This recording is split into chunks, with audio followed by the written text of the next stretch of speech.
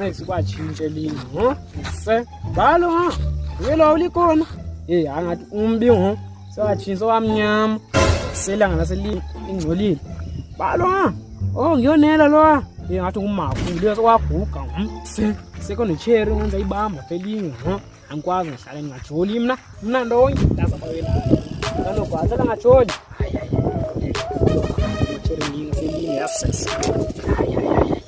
elinye ayibhetere rhawutima napha zisuka khona akubhetere siyiphi lemphathi ungunana unana nobible nwana ngathi ayikho lapha ngokwanya naye.